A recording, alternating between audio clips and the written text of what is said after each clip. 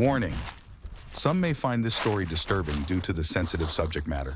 Are you ready, occultists? Make sure to hit the like button and share for more scary content.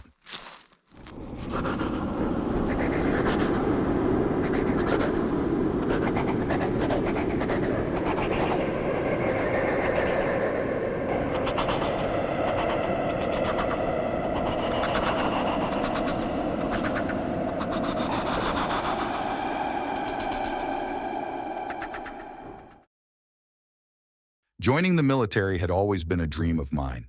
The sense of duty, the camaraderie, the thrill of serving my country, all of it appealed to me in a way I could never quite explain.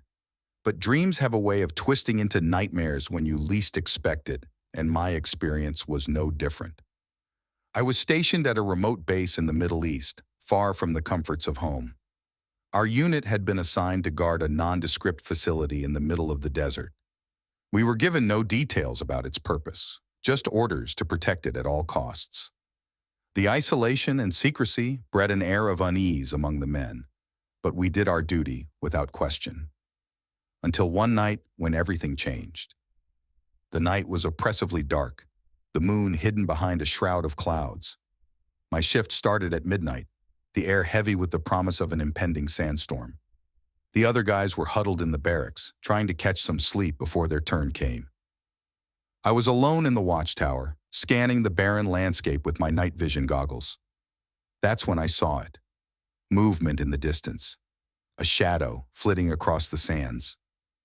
I blinked, adjusting the goggles, but the figure remained, growing larger as it approached. I radioed in, my voice steady despite the unease creeping up my spine. "Base, this is Delta 1. We have unidentified movement approaching from the northeast." There was a pause, then the crackle of the response. "Roger that, Delta 1. Keep eyes on and report." I watched as the figure drew closer, its outline becoming clearer. It was a man, stumbling through the desert, his movements jerky and unnatural. I felt a knot tighten in my stomach. This wasn't right. "Base, the individual appears to be disoriented. Possible civilian. Requesting permission to engage." Another pause, longer this time. "Permission granted. Proceed with caution." I descended the watchtower, my heart pounding. As I approached the gate, I could see the man more clearly. His clothes were tattered, his skin pale and covered in dirt. He looked up at me, and my blood ran cold. His eyes were vacant, devoid of any recognition or humanity. "Sir, can you hear me?" I called out, my rifle trained on him. He made no response, just continued his slow, shuffling approach. I felt a chill that had nothing to do with the desert night. I fired a warning shot into the air, the sound echoing through the stillness. "Stop right there!" He halted, but his expression didn't change. For a moment, we stood in silence, the tension thick enough to cut. Then, without warning, he collapsed to the ground, convulsing violently. I rushed to his side, unsure of what to do. His body writhed, his mouth opening in a silent scream. I reached for my radio. "Base, this is Delta 1. We have a civilian down, possible medical emergency, requesting immediate assistance." As I spoke, the man's convulsions stopped. He lay still, his eyes staring up at the sky, unblinking. I leaned closer, trying to check for a pulse, when his hand shot out, gripping my wrist with surprising strength. "Help me!" he rasped, his voice barely a whisper. I froze, the words sending a jolt of fear through me. I pulled back, his grip loosening as his eyes rolled back into his head. His body went limp, and I checked his pulse again. Nothing. He was dead. The medics arrived shortly after, taking the body away. I was left standing there, the night's events replaying in my mind. I couldn't shake the feeling that there was something terribly wrong with that man, something beyond the realm of medical explanation. The next day, we received orders to stand down and return to base. The facility was placed on high alert, and the commanding officers were tight-lipped about the incident. The unease among the men grew, whispers of the dead man spreading like wildfire. It wasn't long before strange things started happening. Equipment malfunctioned, radios picked up static and disembodied voices, and several men reported seeing shadows moving in the darkness. The atmosphere was thick with fear and suspicion. One night, a few days after the incident, I woke to the sound of someone whispering my name. I sat up in my bunk, my heart racing. The barracks were dark, the only light coming from the sliver of moonlight seeping through the window. I listened, but the whispering had stopped.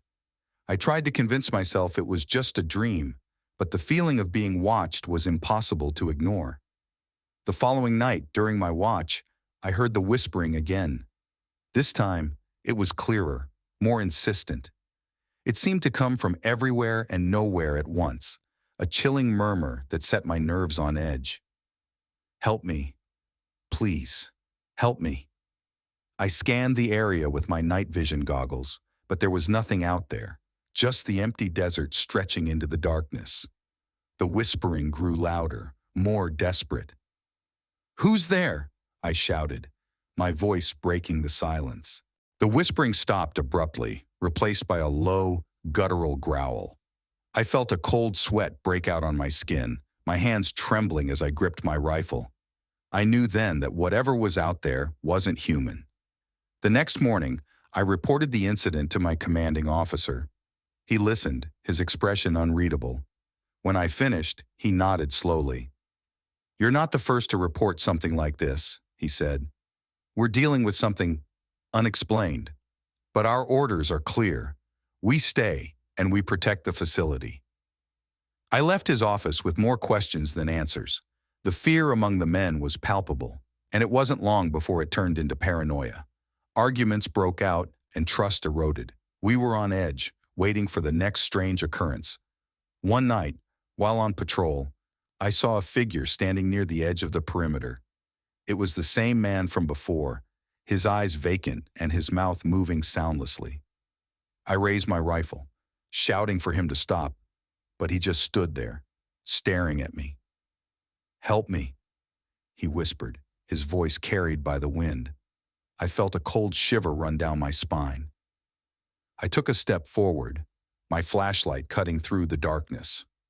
As the beam landed on him, he vanished, leaving only the empty desert behind. I lowered my rifle, my mind reeling. What was happening to us? The incidents continued, each one more terrifying than the last.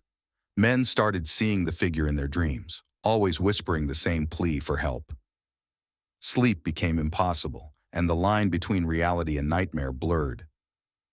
One night, I was awakened by the sound of screams. I bolted out of my bunk, grabbing my rifle, and rushed outside. Several men were standing near the edge of the perimeter, their faces pale with fear. "What's going on?" I demanded. One of the men pointed, his hand shaking. "Look." I followed his gaze and saw the figure standing just beyond the fence. He was closer now, his eyes fixed on us. The whispering started again, growing louder and more frantic. "Help me! Please, help me!" We raised our rifles, but before we could fire, the figure vanished. The whispering stopped, replaced by a chilling silence. We stood there, shaken and terrified, unsure of what to do. The next day, we received new orders. The facility was being shut down, and we were to be redeployed. The relief among the men was palpable, but the fear lingered. As we packed our things, I couldn't shake the feeling that we were leaving something unfinished. On our last night, I decided to go back to the spot where I had first seen the man. I needed answers, closure. As I stood there, the wind howling around me, I heard the whispering again. "Help me." I turned, and there he was, standing just a few feet away. His eyes were filled with despair, his mouth forming the same plea. "What do you want?" I shouted, my voice breaking. "What are you?" He stepped closer, his eyes locking onto mine. "I was one of you," he whispered. "Trapped here, lost, forgotten. Help me find peace." I felt a wave of sorrow and pity wash over me. I didn't know how to help him, but I knew I had to try. I took a step forward, reaching out to him, but he vanished, leaving me alone in the darkness. We left the next morning, the facility abandoned, and the desert reclaiming its secrets. The whispering stopped, but the memory of that man, his plea for help, stayed with me. To this day, I don't know what we encountered out there. Was it a ghost? A lost soul trapped in a place it couldn't leave? Or was it something darker? Something that thrived on our fear? The military never provided answers, and I never asked. Some things are better left unexplained.